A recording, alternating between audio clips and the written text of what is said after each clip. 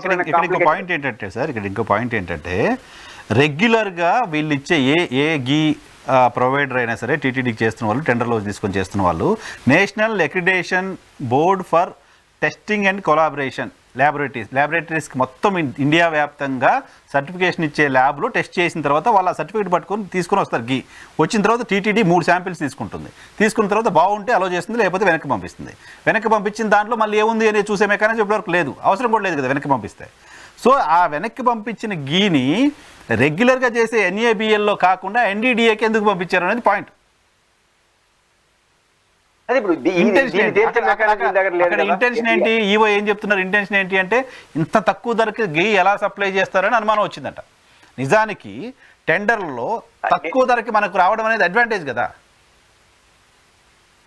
Right? అంటే ఇప్పుడు ఒక వాదన ఏమనిపిస్తుందంటే, ఇప్పుడు ఆవు నెయ్యి, స్వచ్ఛమైన ఆవు నెయ్యి 30 లీటర్లు ఉంటే గానీ 1 కిలో ఆవు పాలు, 30 లీటర్ల ఆవు పాలు ఉంటే గానీ 1 లీటరు నెయ్యి రాదు కదా. ఆ 30 లీటర్ పాలు ఇంటూ 1000 టన్నులు ఇంటూ వేసుకుంటే 3 లక్షల పాలు లీటర్లు వేసుకుంటే ఎంత రేట్ వస్తుందో, 1000 రూపాయలు 1500 2000 ఉండాల్సింది దాన్ని వాడు 500కే ఇస్తున్నాడంటే సంథింగ్ ఈజ్ రాదని మీ అనుమానానికి ఓకే, బానే ఉంది. అదే ఇతర సమస్యలు ఉన్నాయి కదా, ఇప్పుడు ఏఆర్ ఒకటే కాదు కదా సప్లై చేస్తుంది, అదే రేటుకి అటు ఇటుగా మిగతా వాళ్ళు కూడా సప్లై చేస్తున్నారు. అది ఇప్పుడు మీరు కొత్తగా, ఇప్పుడు నేనేమంటే టెండర్లు పాడతాము, నేను తక్కువ ధరకు అబ్నార్మల్ తక్కువ రేటుకి వస్తే అనుమానం రావాలి కదా అనే బేసిక్ పాయింట్ ఉన్నప్పుడు మొత్తాన్ని రద్దు చేసి పర్వాలి. ఇంకా ఇప్పుడు ఏఆర్ తో సహా మిగతా 10 రూపాయలు అటు ఇటు అందరూ అదే చేశారు, L3 L2 వాళ్ళందరూ కూడా. ఇప్పుడు మీరు అందరూ రద్దు చేశాడు భార్య వాళ్ళు రద్దు చేసి. ఇప్పుడు ఉదాహరణ గతంలో గమనంలో ఉంటే, ఇప్పుడు కర్ణాటక కోఆపరేటివ్ సంబంధించినటువంటి వాళ్ళు ఆగేస్తారు, నందినికి సంబంధించి వాళ్ళ క్రెడిబిలిటీ బాగానే ఉండొచ్చు, కానీ వాళ్ళ రేటు 1500 అట్లా ఉండడంతో అది ఎప్పుడు శ్రీనివాసరాజు గారు మాజీ ఈవో, అంటే తెలుగుదేశం కాంగ్రెస్ అధికారంలో ఉన్నప్పుడే, కాంగ్రెస్ ఉమ్మడి రాష్ట్రంలో, ఆ తర్వాత ఈ తక్కువ రేటుకి తీసుకోవడం అనేది వీళ్ళకి అలవాటు. 400 500 600 నెయ్యి కూడా బయట దొరుకుతా ఉంది మనం తీసుకునే చోట కూడా. ఈ కాంప్లికేషన్స్ పోయి మీరు తగ్గించుకోండి. ఇప్పుడు పాయింట్ ఏది, మీకు అనుమానం వచ్చింది కదా ఈవో గారికి, ఏమని ఇంత తక్కువ ఎట్టిస్తున్నారని టెండర్లనే రద్దు చేసేసి మీరు ఒక బేసిక్ టెండర్ పర్పస్ ఏంటి? ఎవరు తక్కువకి ఇస్తా అంటే వాడికి కదా, అంటే మీకు అనుమానం, క్వాలిటీ చెక్ చేసుకుంటాం కదా మనం, ఎట్లాగూ క్వాలిటీ చెక్ చేసుకోవాలి. మినిమం ఇంత పెడతారు, మినిమం రేట్ పెట్టే సిస్టమ్ కొంత ఉంటుంది. ఇంతకు తక్కువ అంటే ఉదాహరణకు 10 మంది చేయాల్సిన పని మేము ఒకరితో కూడా చేయిస్తారంటాడు కాంట్రాక్ట్, తప్పు కదా, నామ్స్ ఒప్పుకో. అట్లా మరి మీరు కూడా నెయ్యి గడ సంబంధించి మినిమం ఇంత ఉండాలంటే 700 800 క్వశ్చన్ పెట్టుకోండి, దానికి అనుకూలంగా టెండర్ పిలుచుకోండి, ఎవరు వద్దన్నారు?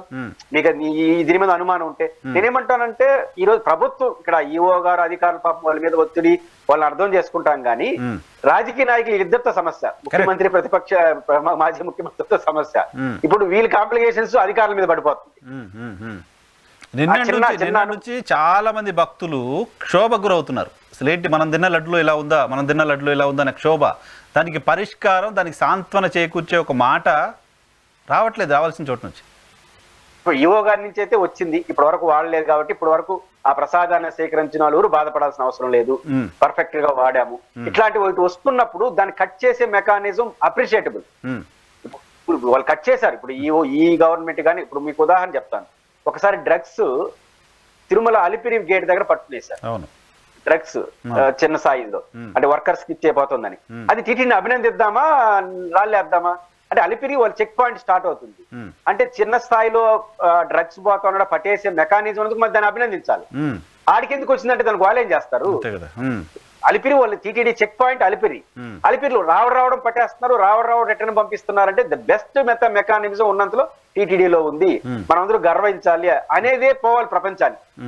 దురదృష్టవశాత్తు ముఖ్యమంత్రి గారు చేసిన ఈ వ్యాఖ్య అది పలచన చేసింది.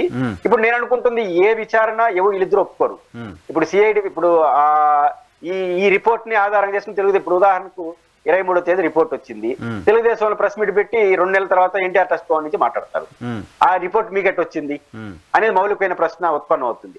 కానీ ఇది కాంప్లికేషన్ అవుతుంది కాబట్టి రాష్ట్ర ప్రభుత్వ ఏజెన్సీ వస్తే ఒక సమస్య, సిబిఐ వస్తే ఇంకొక సమస్య, ఇవేమి లేకుండా జుడిషియరీకి ఆయన లెటర్ రాస్తానంటూ గతంలో చంద్రబాబు గారు రాసి దృష్టిలో పెట్టుకుంటే జుడిషియరీ జోక్యం చేసుకొని సిట్టింగ్ జడ్జి ఒక విచారణ జరిపించి తప్పు చేస్తుంటే శిక్షించడం, తప్పు లేదంటే ఏమి జరగలేదని భక్తులకు భరోసా ఇవ్వడం.